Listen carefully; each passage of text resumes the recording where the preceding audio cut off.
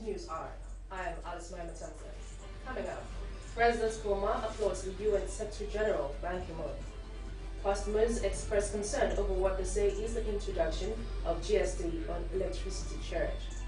Police in Kenya say the life of a 28-year-old woman that was kidnapped and forcefully initiated into the Burundi society is no longer safe. And Jala University hosts a forum on integrated soil fertility management for food security project. These and more, plus the sports and business news, are in the program this afternoon.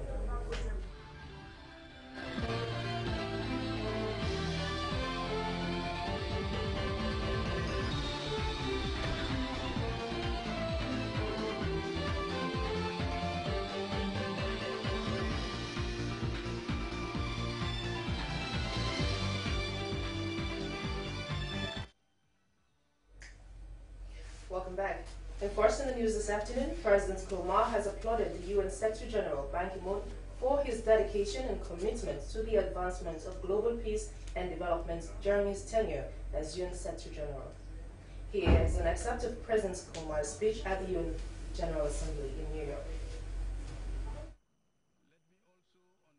Let me also, on behalf of the government and people of Sierra Leone, applaud His Excellency Ban Ki-moon for his dedication and commitment to the advancement of global peace and development during his 10 years of service to our organization. I commend you, Mr. Secretary General, for your vision and initiatives, including the major high-level panel reviews, the historic adoption of Sustainable Development Goals, the signing of the Paris Agreement, and convening the first World Humanitarian Summit. You could not have been more thoughtful with the theme of our debate this year.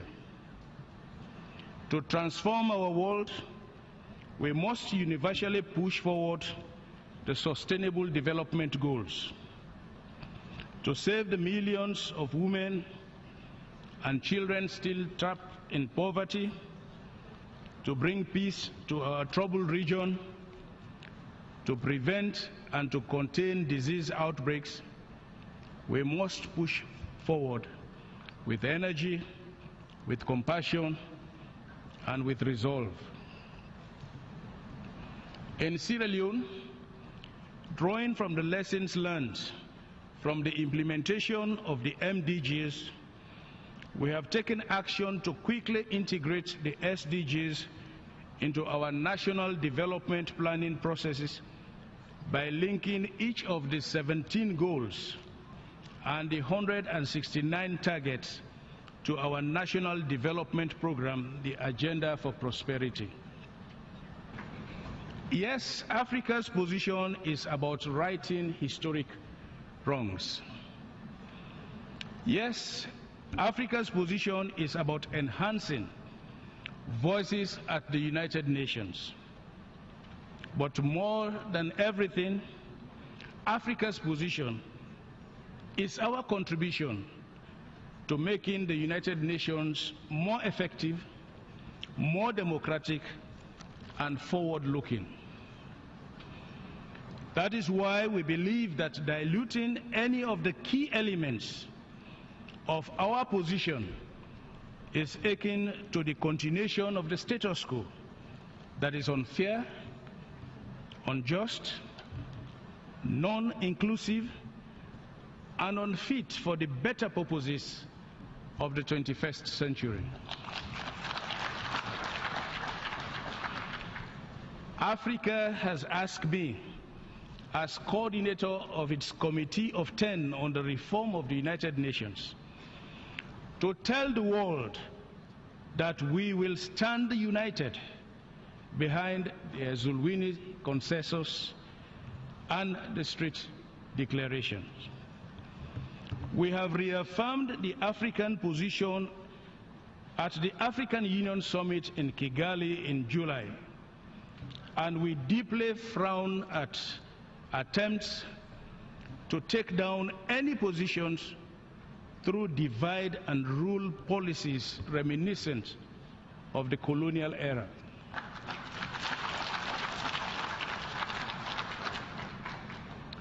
Mr. President, in September last year at the Leaders Summit on Peacekeeping, we committed ourselves to enlarging, modernizing UN peacekeeping operations. At that summit, I made a pledge to contribute to the UN peacekeeping with commitment to provide 2 formed police units, special weapons and tactic units, the police guard to UN standby arrangement system. Mr. President, we are now ready to deploy at short notice.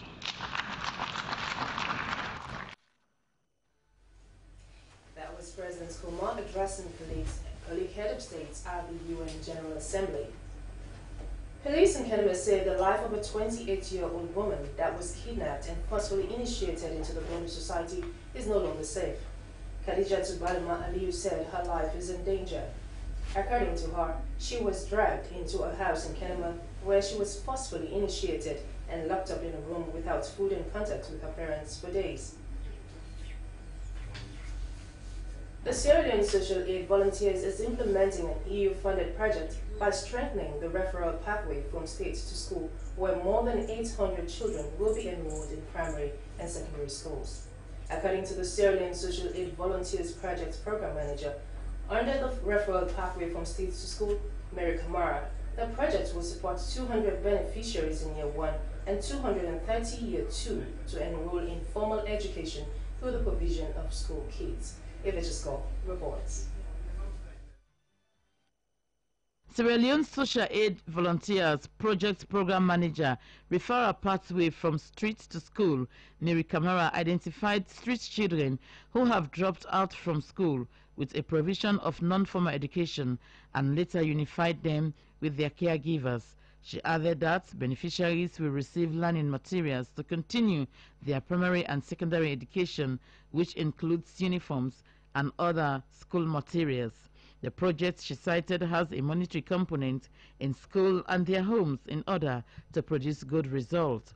Beshe Kamara, who has been enrolled to Government Rokel Secondary School JSS3, said she dropped out of school because her auntie cannot afford to pay for her. This project will change my life and I would like to be a bank manager in the future. Fabian Bindi, who enrolled in JSS3-1, Government Rokel Senior Secondary School, I left school because my mother was paralyzed, so I went with her to the village. When I returned back, my name was not on the register. Now that I have the opportunity to continue, I would love to be a lawyer.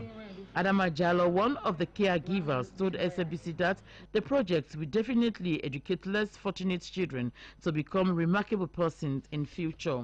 Also, the Sierra Leone Social Aid Volunteers, with funds from UNICEF, is carrying out emergency support to flood victims in Gwere, Port Loko district, supporting 125 high-risk victims relocated at Gwere Market, including affected communities with water sanitation, including emergency latrines. The executive director, Alfred Jata-Dumbuya, noted that already they have coordinated and disinfected 28 community wells, including 3 hand pumps. And what we have done, we ensured that we provided an emergency latrines. We also work closely with UNICEF and Water Resources to install water tanks to provide clean water to the community. And we've already coordinated and disinfect 28 community wells, including 3 hand pumps in the community, as well as water services and latrines in the settlement temporary camp. The executive director said their target is to ensure that 830 children that were not able to access primary education go through the non-formal. He added that survey indicates that 1,000 children miscount primary education in the east end part of Freetown. We already started this project a year ago, and we plan to end the first phase of this project in December. We hope there might be an an opportunity for a second phase to continue. It's really too small because there are over 10,000 children that miss out on primary education in the eastern part of Freetown. From Kanike to Kalbatan, that is our area, our scope of work for the time being. Okay. But we also recognize the fact that there are also missing out children in the other part of Freetown that also deserves such opportunities. We hope we might have an opportunity to scale up this intervention. He added that the Sierra Leone Social Aid Volunteers PHU's project is part of UNICEF's integrated child survival and development program, in which was one of their components, citing that SLAV ensured that nutrition, education, community mobilization, and health education are properly carried out for proper service delivery. He added that it's also ensured that they improve maternal child health by involving village development communities in promoting transparency and accountability for better service. Civil Rights Coalition and Health Network Sierra Leone have called on the National Assets and Government Property Commission to work with the Ministry of Lands and other MDs to identify government's assets and properties for proper documentation. They made this plea at a joint press conference held at the Sheikh Stevens Tijan. The two civil society organizations registered their disappointment over programs aired by the SLBC and AYV centered on a portion of land leased by the Ministry of Lands to AYV at Leicester Peak. Darren Koloko, here's the story. The Civil Rights Coalition and Health Network Sierra Leone have called on the National Assets and Government Property Commission to work with the Minister of Lands and MDAs to identify government assets and properties to ensure proper documentation. They made the plea at a joint press conference held at the Presidential Lounge, Sheikh Stevens Stadium. The two civil society groups registered disappointment over the radio and television programs aired by the SLBC and AYV centered on portion of land leased by the Minister of Lands to AYV at Leicester Peak. The joint press conference was to encourage SLBC and the AYV media institutions to amicably settle what was referred as a media war between the two institutions. It could be recalled that for the past week, the Sierra Leone Broadcasting Corporation has been raising concern over a portion of land leased to AYV by the Minister of Lands at Leicester Peak. Representatives from various civil societies spoke on the need for dialogue rather than using the media waves to wash their dirty linens in public. They said that the media is expected to serve as an advocate for the masses, not to fight themselves over land. AYV Director of Communications Samuel Pagura said after a series of programs aired by the Sierra Leone Broadcasting Corporation on the land issue at Leicester Peak, the AYV viewed the broadcast as unprofessional and then issued a press release on their own point of view. If the SLBC feels so aggrieved that AYV acquired the land illegally, then we have other means to seek redress. The court of law is there. But going on air, engaging in war of calumny is unhealthy for the media landscape. The court should be the last resort wherein we can go, and the court decides whether or not the piece of land belongs to AYV or SLBC. We would not want to go into the establishment of SLBC by an act of parliament, because that is a state institution. We approached the SLBC to co-locate with us, not to lease us the land. Now, co-location is quite different from leasing. And because of the co-location, we are paying fees to SLBC because we never had our own tower. But having acquired the piece of land, we built our own tower, which means we do not need the SLBC to co-locate with us again. We have our own tower and we can mount up our own transmitters and broadcast live from our own tower. So that is why we stopped paying the fee, because SLBC was not providing the service for us again, because we ourselves have been providing the service for ourselves. The Corporate Communication and Resource Mobilization Manager, Sierra Leone Broadcasting Corporation, Michael Kagbu, said that the land dispute between SLBC and AYV is a call for concern, as the Leicester Peak land was given to then SLBS by the late President Sheikh Stevens. He called on government to swiftly intervene to secure the corporation's land, which is one of the sources of SLBCs, to raise funds for its operations.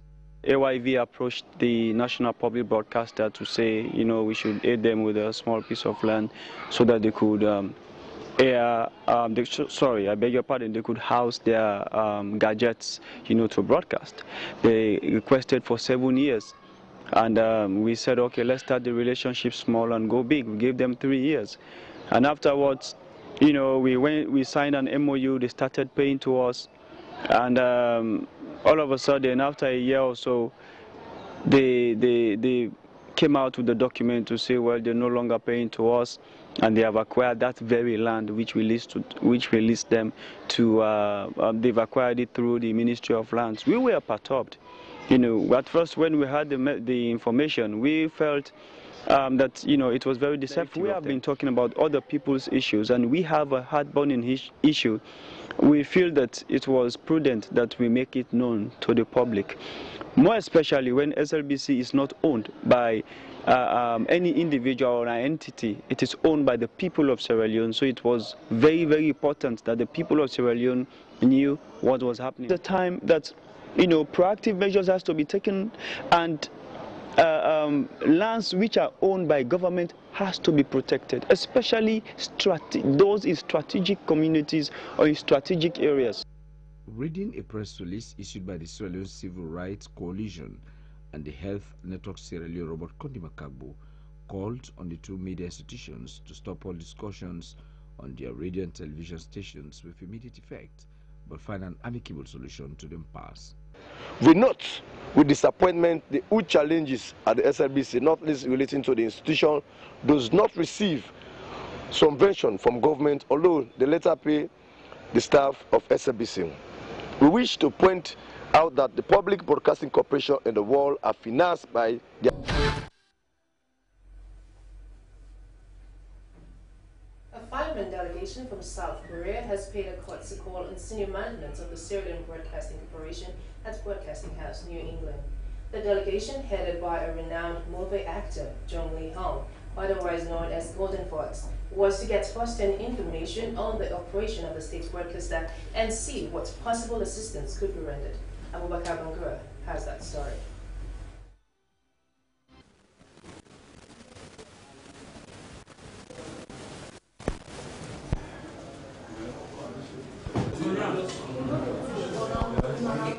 The team comprises business people, a broadcaster, and technical experts is visiting the state broadcaster to see for themselves which assistance could be provided with regards to transforming from analog to digital broadcasting.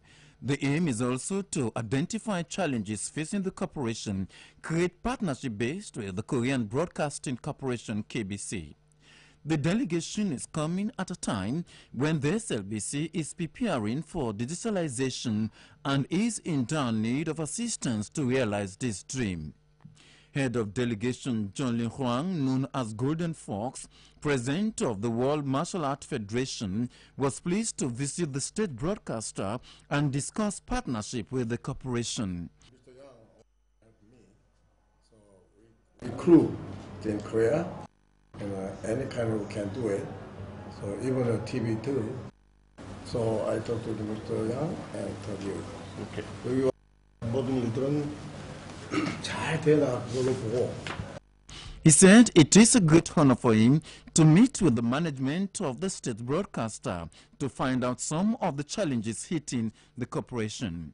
The head of delegation said he is interested in the development of the state broadcaster and will do all in its power to provide the needed support to sustain it. One of the members of the delegation, a professional technical broadcast expert from Korean Broadcasting Corporation, Dr. Yoon Kim, said 30 years ago Korea was broadcasting on analog system but has been transformed to digital broadcasting through satellite transmission with 26 channels accessible in every part of Korea. He said the KBC is also being viewed through smartphones, computers with highly digital network system. Dr. Kim said when all proposals are designed A new digital system will be installed that can stand all types of weather and be viewed in every part of the country and the world through satellite. He said with the digitalization process, new content technology and network broadcast system will be installed. Dr. Kim encouraged management of the SLBC to draw up a proposal factoring the needs of the corporation for its transformation from analog to digital. Cooperation good together. 그러면 저희가 바로 이 전체를 한국의 최첨단 디지털 시스템으로 전환하고. If you want, he can installation system of digital new one. If you want. If you want. 폭우가 치든 천둥 번개가 치든 방송이 절대 끊어지지 않습니다. Have nothing to do with the horizontal rain. Never problem if you're reading digital system. Before, since 30 years, before 30 years, Korea was the same like that. Yes. Analog, 7 people operating. 근데 현재는 4명이서 다 합니다. Now it's 4 people control everything. 4 people. 그리고 나머지 스튜디오에서 제작 시스템 인원들이 움직입니다. And then after the people of the made the structure. Here's content technology, system of the broadcasting. 그다음에 네트워킹 기술. The technology of network have all. 그쪽으로 저희가 협조를 해드리면 상당히 이쪽 이 기술이 발전될 거라고. He wanted to know, discuss detail of technique and cooperation.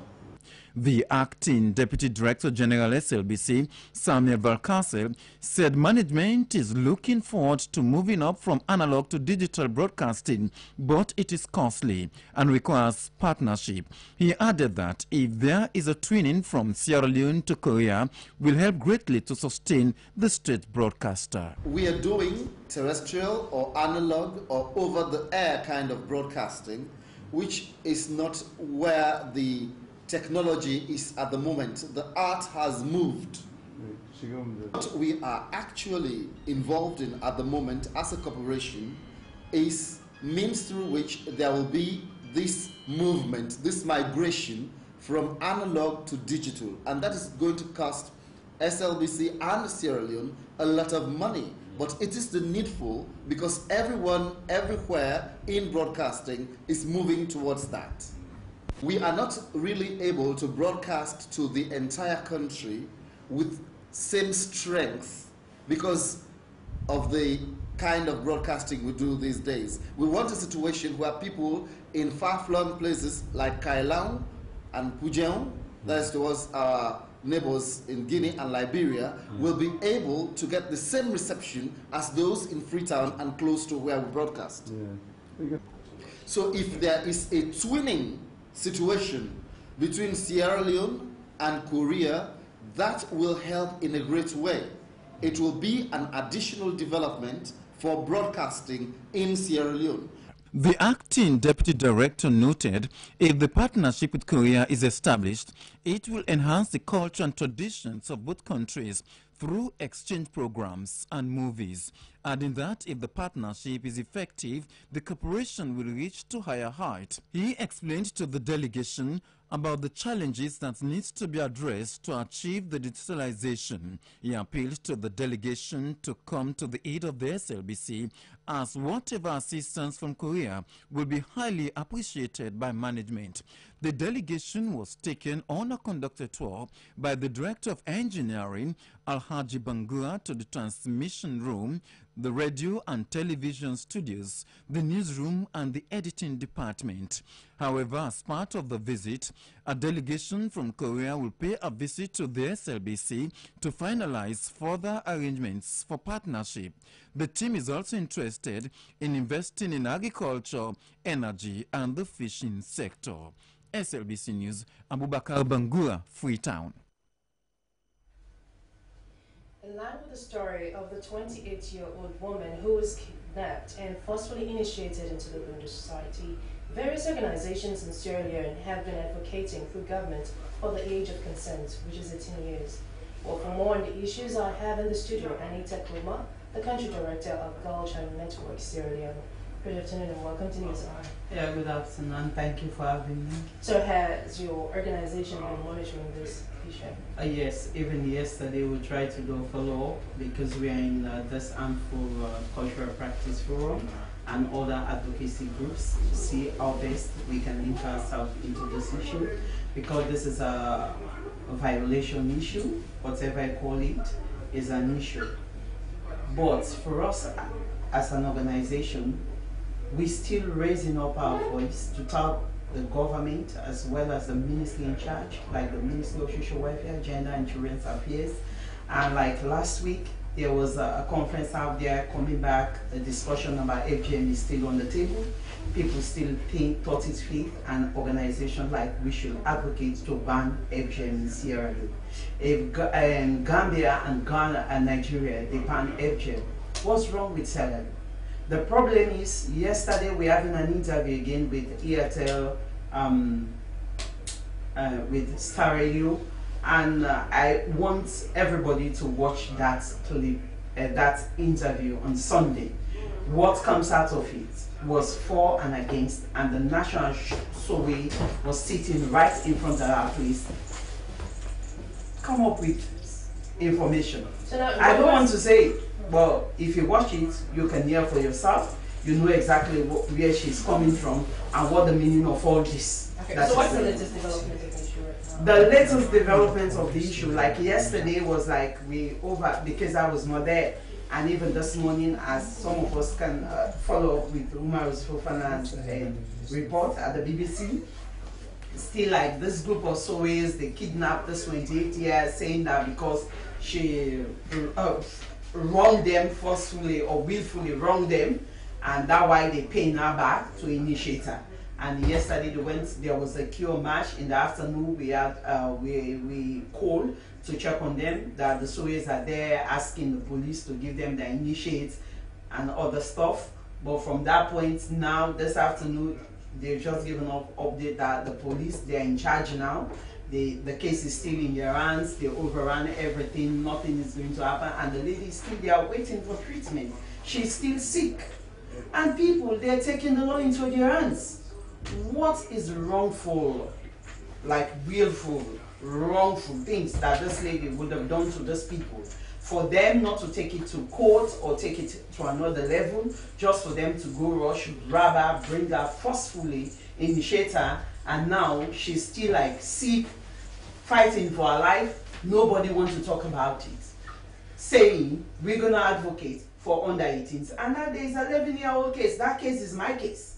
Nothing comes out of it up till now, because when you go to the police station, there is nothing like a law or legislation that will enforce that are punishable for perpetrators, either the parents or the Sowe themselves. Nothing works. So what is the Bell Child Network Syria going to do in a case like this? Are we still going to advocate? We're going to push. We'll never relent until there is a law to legislate around protecting women and girls from this forceful behavior, from this forceful practice, from this order. The name is there. The woman told us what it's all about. So I'm urging people, asking everybody to watch that clip with Star Television on Sunday for you to get the actual information, what FGM is all about, why they are doing it, and what we think about it, why the government should take stand, why the parents, everybody should get involved and say, oh no, we're not going to be part of this. Now, this lady is 28 years old, and she was forcefully initiated. Forceful initiation at this age is really... It's a violation. So what are you recommending? It's a violation. Human rights. We want rights organizations to rise up to bring these people in, to bring justice for this gun. We want women organizations. Some of them are shy away. They're scared, oh, we can't be that, because they want to protect their positions. I don't need anybody to endorse me. I work in this country 1 year, 3 months. Nobody pays me, but I'm still working 7 days a week. So I'm here to fight for the powerless, to talk for those who cannot speak for themselves. And we need to push human rights. This is a human rights issue. This is a violation of somebody's right. She is unlawfully violated, unlawfully initiated. We want people to rise up, to speak up, to say, hey, we need to stop and think. Is it right? Is it okay? And we are busting out there like all the legislation policies, they're on top of the shelf. Nobody wants to get involved. So we are talking. We want everybody to rise up. Right, speak up about this woman. She needs a right. Joining us this afternoon. She is the country director of Girl Child Network Sierra Leone, and she is Anita Kuma. A forum on land degradation neutrality target setting program has ended at the Ministry of Lands Conference Hall in Freetown. This is in line with the Convention on Combating of Desertification to which Sierra Leone is a signatory. Target 15.3 of the Sustainable Development Goals is the guiding principle of the United Nations Convention to combat desertification. Sheikh Usman has more.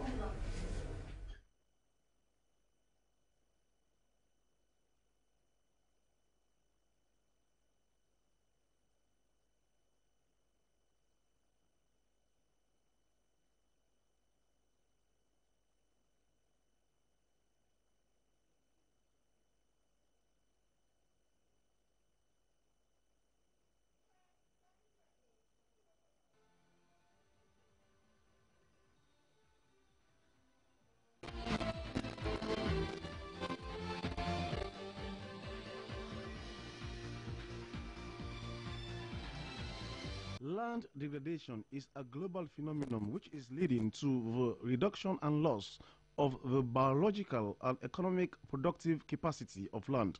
It is caused by humans, aided by natural processes, and magnified by climate change and biodiversity loss. Some 25% of the global land surface is considered to be degraded. Every year, 12 million hectares are added to the total land area degraded. The economic costs of land degradation are estimated at $490 billion United States dollars per year, corresponding to 3 to 6% of global agriculture gross domestic product. Following the adoption of the Sustainable Development Goals and the endorsement of SDG Target 15.3 as guiding principle for the United Nations Convention to combat desertification, the global mechanism of the UNCCD has established a global program support of national voluntary target setting land degradation neutrality. The main objective of the land target support is to enable countries that are parties to the convention to define national baselines and identify targets and measures to achieve the land degradation neutrality. Mahmoud Tarawali is Deputy Minister of Lands, Country Planning and the Environment. Land degradation action cuts across many sectors,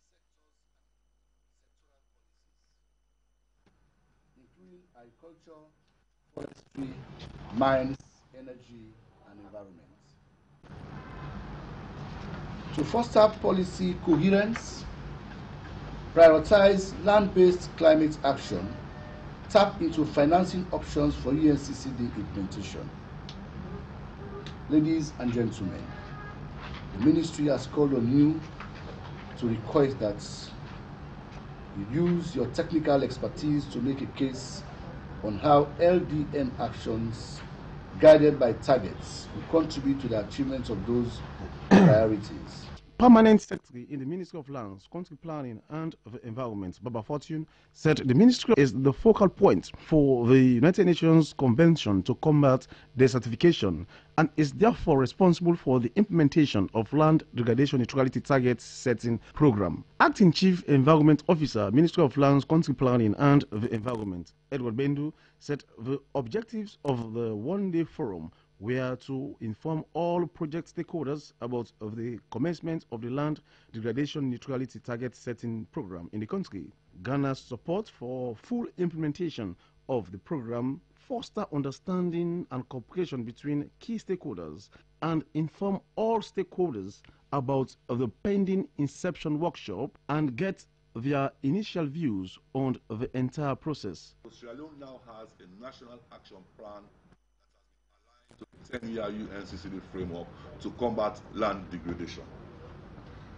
That is to say, we are acting in concert with the international community to ensure that we reduce, if not reverse, the trend of land degradation that is becoming a global phenomenon. In Sierra Leone, we have 8%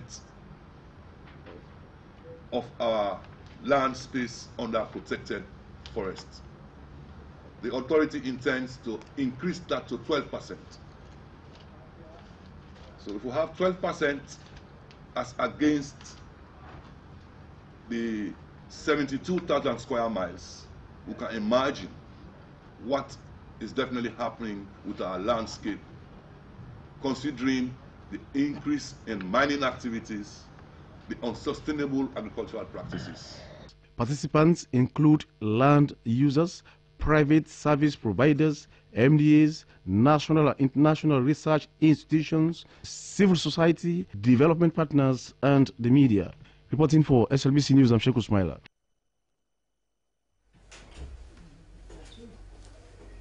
Senior editors and producers from various media houses have been trained to promote distributed renewable energy, DRE, as the key to achieving universal energy access faster, cheaper, and in a more sustainable manner. The training, which was organized by Power for All, was held at the Hub Hotel Conference Room, Wilberforce. Here's the story. The campaign provides the platform to share information as well as tools to accelerate the growth of the distributed renewable energy market. According to Power for All, the engagement with the media is part of a series of engagements to equip the media with information on energy access, market intelligence, and evolving trends. Energy, they say, is central to sustainable development, and it's an enabler to health, education, agriculture, and it improves a nation's economy.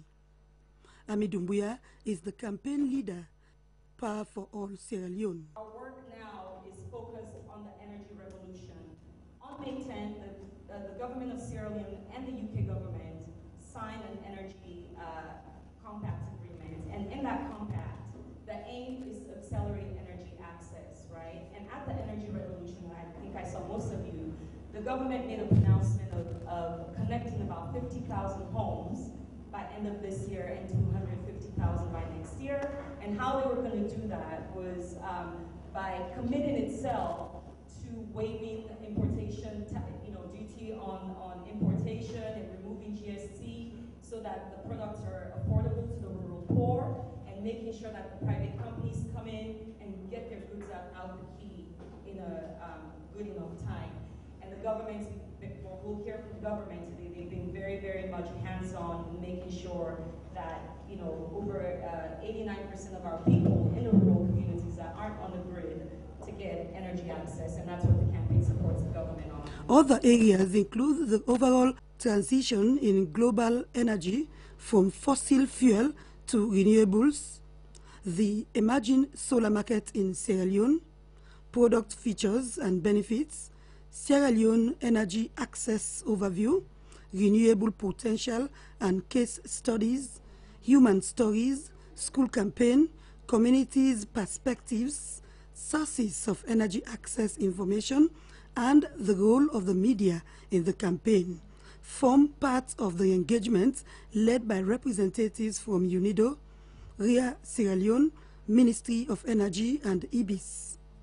However, access to renewable energy has the potential to help raise people in developing nations out of poverty. Meanwhile, as power is fundamental to human and economic development, yet over 2 billion people around the world are without access to renewable electricity. While the United Nations has identified universal energy access as a global imperative, energy experts predict it will cost $700 billion and take nearly a quarter of a century to achieve that goal. Business News, Lucien Ganda, Freetown. The Chief Executive Officer of Civil Rights Coalition has raised concern on the statements made by former Liberian President and the Special Court of Sierra Leone convict Charles Taylor, accusing Ali Kabwa for bearing the greatest responsibility of the country's brutal conflict. Mr. Mali was speaking to Ibrahim Samoa in this interview.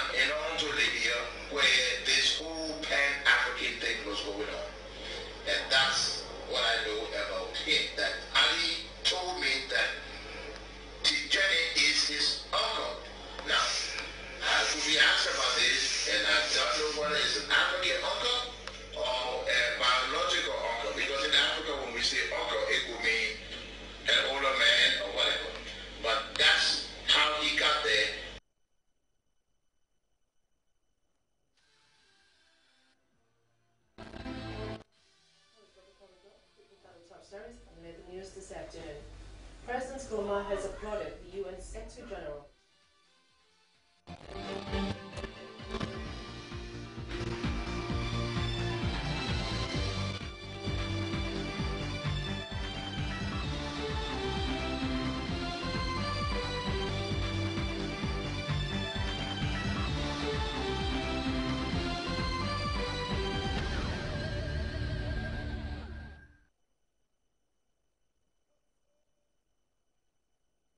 Attention have been drawn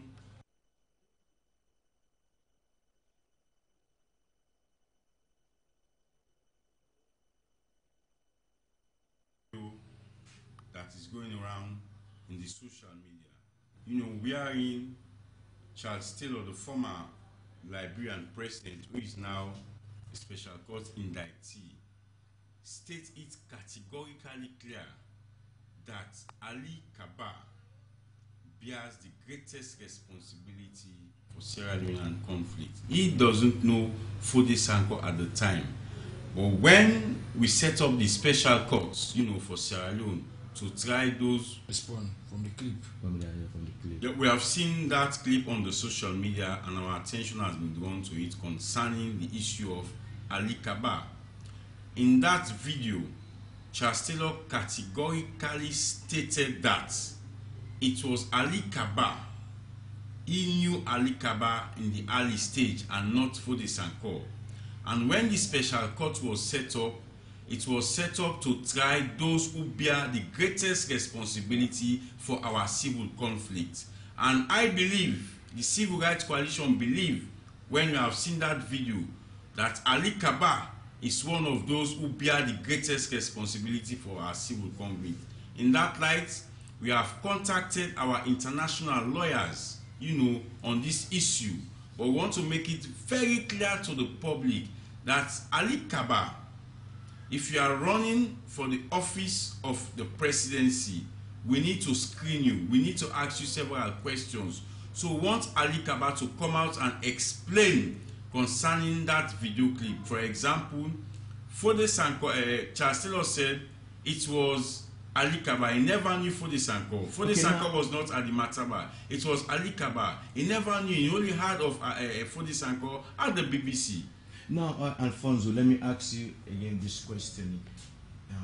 Now, what is your position now that your attention have been drawn on this video which has been circulated on the social media?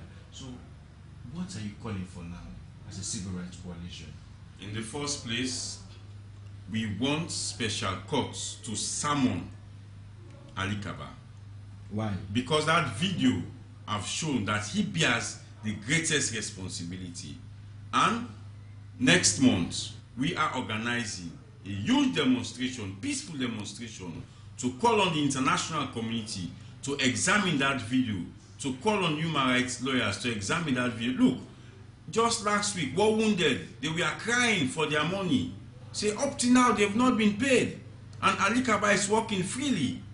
So we want the international community to re-examine the issue of the special court. But believe Ali Kaba bears the greatest responsibility. Why was he not tried? But also, other people will argue that. Well, that was Alfonso Manley, the chief executive officer of Civil Rights Coalition, raising concern on the statement made by former Liberian President and Special Court of Sierra Leone convict Charles Taylor. And with that, news hour comes to a close. But before we go, quick look at the top stories.